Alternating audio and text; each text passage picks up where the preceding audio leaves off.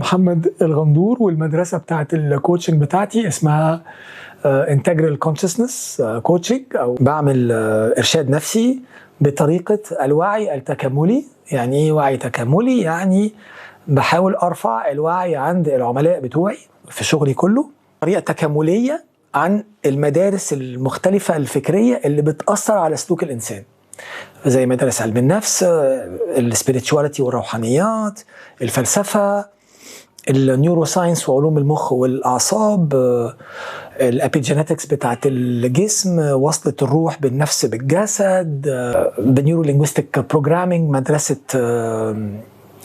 تعامل مع النفس بطريقة معينة فيها يعني هيلينج وفيها تعافي نفسي. ففي مدارس كتير قوي قوي قوي أو علوم كتير قوي الإنسان محتاج يتعرف عليها، يتوعى بيها، عشان كلها بتأثر على سلوكه. فانتجرلي بطريقة تكاملية أعلي الوعي عند العميل، يقوم لما يفهم نفسه ويفهم هو إيه اللي بيسوء سلوكه، يعرف يقود نفسه ويقود سلوكه بطريقة أفضل، فيقدر يسعى بطريقة أفضل في حياته. أول حاجة، هل الضغط في حد ذاته حاجة وحشة ولا هي بتفرق على حسب تكوينة كل شخص؟ طب هما دول سؤالين. ماشي. هي حاجة وحشة ولا لأ؟ لا، الضغط ساعات بيبقى حاجة كويسة، لأنه ساعات بيدفع الناس إنها تعمل سلوكيات أو تاخد أفعال أو تسعى سعي معين، فبيفيد. أوكي. وأحيانا بيبقى حاجة وحشة. فهو زي كل حاجة في الحياة، ممكن تبقى كويسة في سياق ومش كويسة في سياق آخر. فلا، ممكن يدفعني أعمل حاجات حلوة وممكن يدفعني أعمل حاجات وحشة. ماشي. طب دي بتفرق على حسب الانتنسيتي بتاعت الضغط ولا على حسب تكوين شخصية الشخص؟ لا، طيب الحاجات الحلوة أو الوحشة على حسب نوعية الضغط اللي مضغوط عليا. بعد كده يجي بقى الشخص اللي بيضغط عليه شوية ضغط صغيرين يعمل فيهم ايه او يعملوا فيه ايه، وواحد تاني بيقدر يستحمل الضغط اكتر. لكن نوعية الضغط ايه اللي ضاغط عليا هو ده اللي يفرق في انه هيخليني اعمل حاجة مفيدة او حاجة غير مفيدة، او يخليني بيدفعني ناحية حاجة فيها صلاح، او انه ممكن تدفعني ان انا اعمل حاجة فيها مش كويسة. طيب هل الموضوع ريليتد بتأثير الأهل أو ضغط الأهل من الأول؟ ده هيأثر على نوعية الضغط أكيد.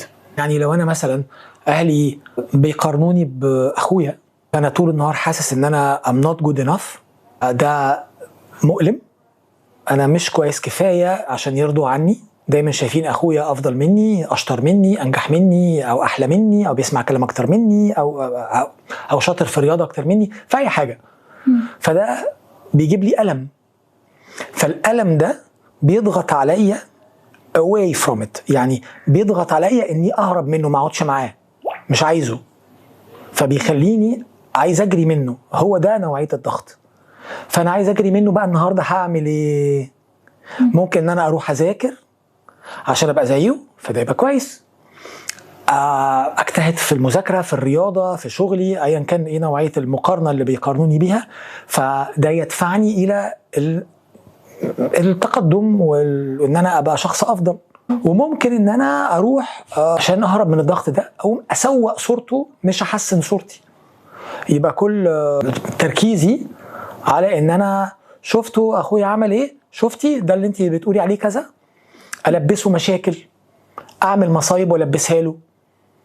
فأنا كده الضغط أثر عليا، يا إما حلو عشان أنجح وأبقى نسخة أفضل مني، أو أوحش لو أنا أخدت السكة دي.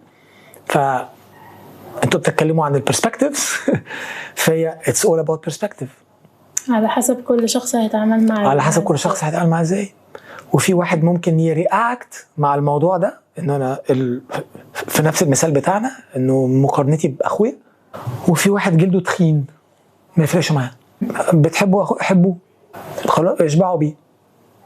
طيب. انا مش هتاثر، مش هتضغط عليا قوي كده، وهكون انا وهعمل اللي انا عايزه. فهي في الاخر كلها الشخص بياخد الموضوع نفسيا على جوه ازاي. طيب في برسبكتيف الشخص اللي هو جلده تخين، اللي هو بيحاول ان هو ما ياخدش الموضوع على اعصابه. at some point الموضوع بيقلب ان هو بيبقى بيحرق في نفسه. ممكن يكون بيكبت نعم، وممكن لا، على حسب هو باع لنفسه الفكرة ازاي. يعني هو ممكن يكون دخل فكرة ان هم بيحبوا اخوه اكتر منه في اتجاه او في سياق انه ده ظلم وده مش عدل وملهمش حق وانا مظلوم وانا ضحية وهم اللي بيجنوا عليا، وفي سياق اخر انه انا عارف انا قيمتي ايه، انا عارف انا كويس في ايه. مقارنتهم مش موضوعية اصلا، هم بيقارنوا بالشطارة في المدرسة، والشطارة في المدرسة ما هيش كل حاجة. اوكي، خليهم يقارنوا بالشطارة في المدرسة، انا مش فارقة معايا، خليهم يفرحوا بالمقارنة بتاعتهم. بس انا I know who I am، I know انه انا شاطر في حاجة تانية، هم من وجهة نظرهم مش شايفينها شطارة. انا شاطر في الرياضة، في الرسم، في الفن، في المزيكا، وهم في عرفهم ده حاجة good for nothing. يعني ايه يعني بتألف مزيكا ولا بتلعب مزيكا ولا بترسم كويس ولا بتكتب شعر ولا شاطر في الرياضة؟ المذاكرة هي أهم حاجة عندنا، والمذاكرة أخوك ناجح فيها. لكن أنا مقتنع جدا بالفكرة بتاعتي إنه لا، شطارتي هنا وهو شطارته هنا، وإتس أوكي إن هو يبقى شاطر هنا وأنا شاطر هنا. فأنا ما دخلتش كبت كده السيناريو أو في السردية أو الناراتيف اللي أنا بحكيه لنفسي وأنا شايف المقارنة، ما دخلتش كبت عندي.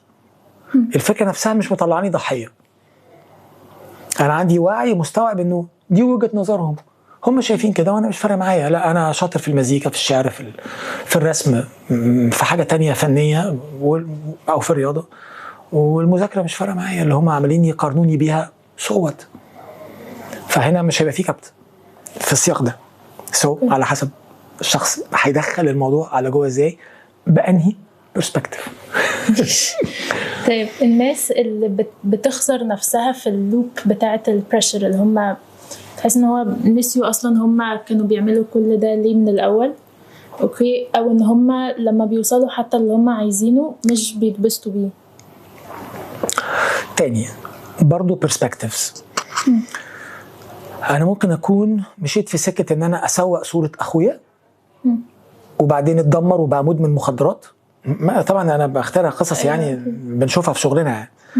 وفي الاخر انا ما بسطتش باللي انا عملته، انا كنت معمي غضب بان انا ضحيه، بان انا مظلوم، فحبيت ان انا اطلعه وحش، فقعدت احطم فيه لغايه لما انفجر ومشي كده ولا كده، وعمل اخطاء كتير جدا اي مكان بقى، يعني ادمن، بطل يبقى ناجح او اي حاجه، لبسته مصايب اي حاجه. وممكن ان انا في السياق الاولاني بتاع ان انا هنجح وهسعى وهبقى افضل، اقعد اجري عشان ابقى ناجح، واجري عشان انجح، وكل ما انجح في حاجه يجي لي شويه الدوبامين اللي بيبسطوني من النجاح ده، لكن انا ما زلت معمي بالبريشر الاولاني في اللاوعي بتاعي وبجري وراه بلا وعي. فكل ما اوصل لمحطه ابقى ما بشبعش، عاوز تاني. والتركيبه النفسيه بتاعتنا في العقل اللاواعي او العقل الباطن بتنسينا احنا كنا اصلا بريشرد بايه في اتجاه النجاح ده. فده ممكن يكون برسبكتيف تاني يودينا للي انت بتتكلمي عليه، القصه بتاعت انه انا نسيت انا كنت بجري ليه. وده بيحصل كتير جدا مع الناس اللي هم مدمنين النجاح ومدمنين الشهره ومدمنين الفلوس، هو بيبقى معمي. طب في الكيس دي اللي هي دي ازاي يقدر ان هو يطلع نفسه بره اللوب بتاع الوعي؟ بانه يتوعى. في ناس ربنا بيرزقها الوعي عن طريق جمله على ميكروباص، وناس ربنا يرزقها الوعي بانه يقرا كتاب او يقعد مع واحد صاحبه يقول له كلمتين يوعوه، او يروح لحد متخصص او يتفرج على فيديو بتاع حد متخصص يفتح له عينه يويك هيم اب. يعني ايه ده؟ ايوه انا كنت ده. يعني لو حد سمعنا من دول دلوقتي وسمع المثال ده وكان بينطبق عليه هيولع لمبه عنده، فهيويك اب يعني. بس فهي على حسب هيتوعى ازاي، وده رزق بقى يعني ربك يرزقه يعني، او هيفضل غافل وماشي في غفلته بيجري ورا السراب اللي هو عاوز يحققه، insatiable يعني ما بيعرفش يستكفي احيانا كتير يعني. ايه الفرق ما بين الغيرة الطبيعية والغيرة المرضية؟ انا فاهم انه مصطلح الغيره المرضيه في الكولكتيف كونشسنس او في الوعي الجمعي مصطلح مستخدم جامد جدا. خلينا نرمز اليها بانه الغيره المرضيه اللي في الاخر هتخليني اعمل سلوكيات اوفر قوي مضره اكتر ما هي مفيده ليا او للطرف الاخر اللي انا ممكن اغير عليه او اغير منه. احاول ان انا اخنقه، احاول ان انا ادمره، احاول ان انا احبطه، احاول ان انا افشله. فدي هتبقى حاجات مرضيه على الاخر. او ان انا ابقى طول النهار سو فوكست ومركز جدا على افعال الشخص واقوال الشخص واعمال الشخص واستوكم على السوشيال ميديا واخش اشوف هو حط صوره ايه وعمل ايه، وابقى انا مركز في حياته بدل ما انا مركز في حياتي. ففي الاخر this comparison and this jealousy، الغيره دي اصبحت مرضيه، لانه في الاخر هي شطت عن انت مش باصص في الورقه بتاعتك، انت باصص في ورقته هو، في حياته هو، في اللي هو بيعمله اكتر ما انت باصص في اللي انت بتعمله. ففي السياق بتاع ان انا بعمل حاجه تضره، فدي حاجه هنسميها مرضيه. او ان انا بعمل حاجه بتضرني فهنسميها برضو مرضيه، لو ده البرسبكتيف وده البرسبكتيف اللي انت بتتكلمي عليهم. الغيره الكويسه ان انا اشوفك ناجحه وعملتي بودكاست فاقول والله فكره. مثلا انت عملتي بودكاست على الطبيخ، ايه ده؟ طب ما انا بحب الرسم، طب ما انا ممكن فكره البودكاست دي انا كمان اعملها بس على الرسم.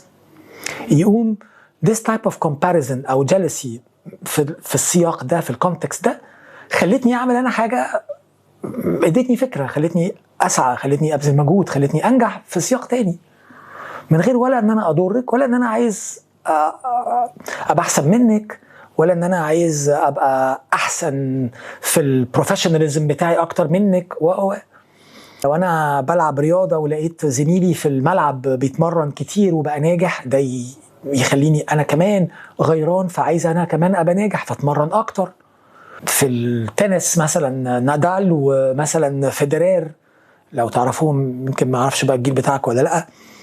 زي النهارده مثلا الكراز وسينر، الاثنين الاول والثاني على العالم بيغيروا من بعض، لكن الغيره دي واخداهم في اتجاهات تحدي وتحسن لما صلاح وميسي ومثلا رونالدو او بيغيروا من بعض، فده غيره كويسه تخليهم كل واحد فيهم يبقى عاوز يبقى افضل. هتعمل ايه بالاحساس بتاعك؟ هياخدك قدام ولا هياخدك ورا؟ بس في ناس بتشوف ان زي ما حضرتك مثلا قلت هما بيسيبوا حياتهم وبيركزوا في حياة الشخص التاني.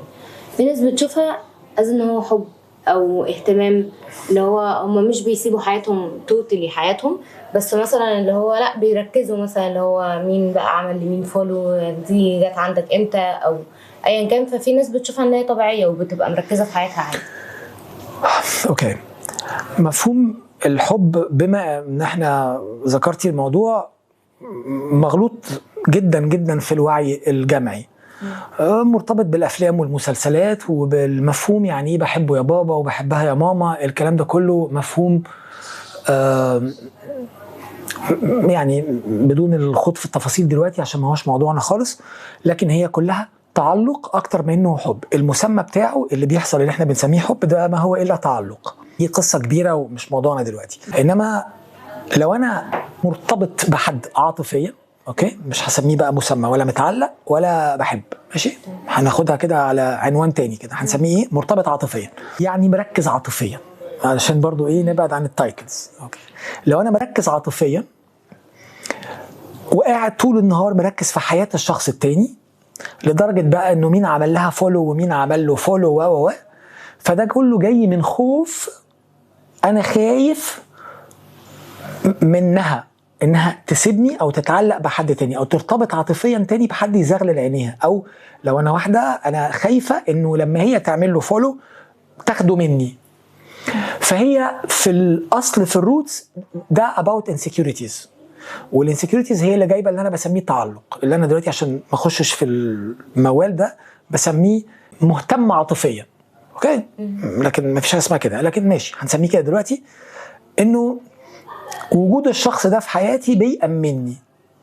لو بص لواحده تانية او لو بصت لواحد تاني ده مش هيحسسني بالامان، فانا مضغوط عليا بخوفي من احساس بعدم الامان لو الشخص او الشخصه دي مشيوا او بصوا لحد تاني. فمن كتر الخوف ده هفضل ان انا طول النهار احاول ابقى مركز قوي في حياه الشخص، لحسن تسيبني، لحسن يسيبني، لحسن يزغلل عينه واحده تانية او تزغلل عينها واحد تاني او ف ده في الاخر مش حاجه كويسه. طب امتى نعرف ان الغيرة دي اللي هو بدأت تبقى مشكلة مش حب او مش اللي هو اهتمام؟ يعني ايه الحاجات؟ لان 70% مثلا من جيلنا احنا بنشوفها ان لا هي مش غيرة مرضية، هي غيرة عادية، دي عادي، حاجة عادية، انا بتسلى. زي موضوع ان انا افضل استوك حد مثلا لحد ما اشوف ايه اللي بيحصل في حياته، فالناس بقت واخداها تسلية اكتر من ان هي غيرة ممكن تكون مرضية. اوكي، لو انا فاضي وعايز اتسلى، اكيد في مليون حاجة اقدر اعملها تبقى مفيدة ليا ولحياتي على حسب سني ومرحلتي العمرية، تنفعني وتفيدني وتبنيني، تخليني بكرة شخص افضل. لكن لو انا فاضي وتحت عنوان عايز اتسلى، بستوك حد وافضل اتابع السوشيال ميديا بتاعته علشان اشوف هو مين عمل له ومين عملت لها او مين مش عارف ايه، بسميه بتسلى، لا ده عقلي الباطن ضحك عليا وبيقول لي ان دي تسليه، لكن هي it's a call for insecurity من جوه. عقلي الباطن سايق ومسميها لي المسميات دي عشان يكيب مي هانجينج اون ويكيب مي طول النهار متعلق التعلق ده، خوفا من الفقد ده، خوفا من الانسكيورتي اللي يحصل ان الراجل ده او الست دي اصلا او يعني الولد في سنكم يمشي ولا يبص لحد تاني، تبص لواحد تاني. فهي في الاخر مسمى العقل الباطن بيسميه علشان يخليني اعمله ويفضل هو باطن مستخبي جوه الانسكيورتيز. طيب لو الغيرة اللي هو حد بيغير مثلا ان حد سبقه بخطوة، ده شعور بحس ان هو ممكن يجي لاي حد ما بينه وما بين نفسه، مش لازم ان انا اكون غيرانه من ان شخص مثلا بقى اعلى مني، لا مش لازم، بس انا عايزه اكون احسن، عايزه اتقدم لقدام حقيقي. بس في ناس بتبقى عندها غيره بزياده قوي لدرجه ان هي ممكن اللي هو تحقد على الشخص اللي وصل للحته دي. زي ما قلنا في الامثله السابقه، انا ممكن احط كل تركيزي في ان انا اتقدم واستعمل الكومباريزن دي عشان ابقى شخص احسن، زي المثال بتاع الكراز وسينر مثلا، نادال وفيدرير مثلا يعني. او امثله تانية، يعني اركز في شغلي وادور على شغل انا وانجح في شغلي قوي عشان اترقى زيه او زيها او ان انا ممكن اركز في ان انا اكسره ازاي واكسرها ازاي واطلع شكلها وحش ازاي واطلع شكله وحش ازاي. فانا في الاخر مركز في حياته برضو، مش في ان انا انجح، انا عايز افشله هو. ففي الاخر يس، في كده وفي كده برسبكتيف. طيب ممكن حضرتك تقول لنا الدوافع النفسية ورا الشخص الكنترولينج في الريليشن شيبس؟ يعني ليه ممكن حد خوف ولد على طول كده اكتر شخص، يعني على طول كده قاعده، اول ما تلاقي حد عنده كنترول عالي تعرفي عنده جوه رعب عالي. أوكي. لان انا واي دو اي كنترول، انا ليه عايز اكنترول حاجه؟ لانه لو ما حصلش بالشكل اللي انا عايزه هتحصل بطريقه تانية انا مش مستعد لها، فخايف منها، خايف ما تطلعش زي ما انا عايز، فخايف حاجه تحصل لي، خايف النتيجه ما تبقاش مناسبه ليا. ده كده باختصار في الامثله دي. فهو في الاخر هو كله خوف. حتى اللي بيكنترول عياله او اللي بتكنترول ولادها، لان انا مش جاهز اتعامل مع المجهول، فانا عايز اكنترول الحاجه عشان الاوتكم والريزلتس والنتائج بتاعت ماي كنترول تجيب لي النتائج اللي انا عايزها، اللي انا مستعد لها. اوكي. وعارفها، لانه لو ما جاش زي ما انا عايز هخاف ما اعرفش اتعامل معاها، او هخاف ان انا اتضر بطريقه انا فاكر ان انا هتضر بيها ايا ما كانت هي. اوكي، بس في ناس بتشوف مثلا الكنترولينج في ريليشن شيبس ده اللي هو mistrust، يعني الشخص يعني الشخص التاني مش بيتراست مي. ما هو ليه؟ ما هو لو جينا برضو والشخص التاني اللي بيكنترول بيكون شايف ان هو لا انا عشان بحب الشخص ده فام كنترول. ما هو تاني زي لما قلت في السيجمنت اللي فاتت انه العقل الباطن بيضحك علينا فبيطلع لنا انا حاجه بسميها نوشنز، يعني مفاهيم شعوريه. بيقول لي ايه؟ لا انت مش خايف ولا حاجه، ده انت عشان بتحبه تعمل كده. والوعي الجمعي كله هيأيد جدا الفكره دي. انت عشان بتحبيه اعملي كده، انت عشان بتحبها اعمل كده. انا ليه هو انت ليه خانقني؟ عشان بحبك. هو انت ليه خلقاني؟ عشان بحبك. واجابه تبدو وكانها منطقيه جدا بس ملهاش اي اساس من الصحه. هو احنا بنعمل كده عشان خايفين. وليه خايفين؟ خايفين من ان هي تسيبني او ان هو يسيبني او انه يخوني تخوني. فانا طب ولو خانتني ايه المشكله؟ هتتوجع ليه؟ او لو هو خاني هتوجع ليه؟ هتوجع علشان انا متعلق بيه. وتاني مش عايز اخش في منطقه التعلق لان منطقه التعلق هي منطقه كبيره، يعني لو حابين انتوا تعملوا مشروع جديد عليها انا بنتكلم فيها لوحدها خالص يعني. طب وليه الشخص التاني ممكن لو هو مش عارف اني تاني دلوقتي خلينا يعني بس الشخص اللي to be controlled ليه ممكن يقبل ان هو حد يكنترول يعني؟ sometimes بيبقى هو متعود على كده. اوكي. يعني لو انتي كنتي طفله باباكي كان والبيئه بتاعت التشايلد هولد داينامكس بتاعتك كانت very controlling. especially لو هنتكلم على واحده بنت مثلا، هنتكلم على انه لو الماسكلين فيجر في الاب برينجينج بتاعها في بيئه النشأه الاولى كان a very controlling masculine figure، حتى لو كانت هي متضايقه على مستوى العقل الواعي لكن العقل الباطن متعود على كده unconsciously متعود على كده. ودي ممكن متبقاش واخده بالها ان هي she's being controlled. فاين، هي اكتر شايفه ان ده طبيعي. اوكي. شايفه انه ده طبيعي. كانت امي مخنوقه كده من ابويا او كنترولد كده من ابويا واحنا كنا كلنا كنترولد من ابويا، فايه الجديد؟ اوكي. بس الفكره دي اللي انا بقولها فعند معظم الناس على مستوى العقل الباطن، عشان في العقل الواعي هتلاقيها بتشتكي. اوكي. بس ما تعملش حاجه. طب ليه؟ علشان في بعض المدارس في السايكولوجي بيسموها emotional home. يعني being controlled is so familiar to my inner child. جزء نفسي كده فيا بنسميه ال inner child. very familiar to be controlled. انه لدرجة انه من كتر الفاميلياريتي I feel so emotionally okay and safe. ما انا فتحت عيني ما لقيتش غير كده. اوكي. بس بعد كده بدأت اشتكي، بس شكوتي من العقل الواعي مش من العقل الباطن. فاقعد اشتكي اشتكي اشتكي اشتكي اشتكي بس في الاخر ما بعملش حاجه، علشان this feels like the normal life that I used to have. هو ده البيئه اللي انا كنت ماشي فيها، ما كانش فيها حاجه اصلا جديده. وامي كانت بتعمل كده واخواتي كانوا بيعملوا كده مثلا. يعني البارتنر اوكي لو اخذنا المثال ده بالذات usually this lady this woman اللي كانت التشايلد اللي كان submissive under الكنترول بتاع الماسكولين فيجر هيحصل كيمستري ما بينها وما بين راجل يكنترولها. اوكي. وفي بقى تباديل وتوافيق والقصه في السايكو داينامكس تقيله شويه برضو مش موضوعنا، لكن بالبلدي في السريع كده في ساندويتش غالبا ده اللي بيحصل. اوكي. فهي بتبقى used to being controlled and used to انها تشتكي من الكنترول. وده شيء طبيعي بالنسبه لها. طيب اخر حاجه بقى، يعني في حل مثلا لحاجه زي دي ولا خلاص؟ اجين الوعي. اوكي. بقول دايما الناس بتتغير لسببين بس اي تغيير في اي حاجه وخدوها كده across the board في كل حاجه، يا اما اتألموا كفايه فمش قادرين يستحملوا ألم الكنترول مثلا في السياق ده، مش قادر استحمل اكتر من كده، ألم خلاص في العقل اللي في الباطن لا خلاص enough is enough مش قادر.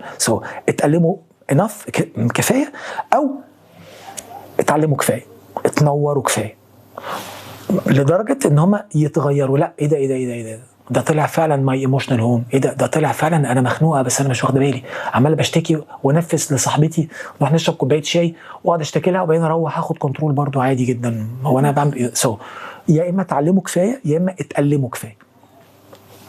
ويوجولي اكتر من 90% ما بيتغيروش غير لما يتألموا كفايه، مش يتألموا كفايه.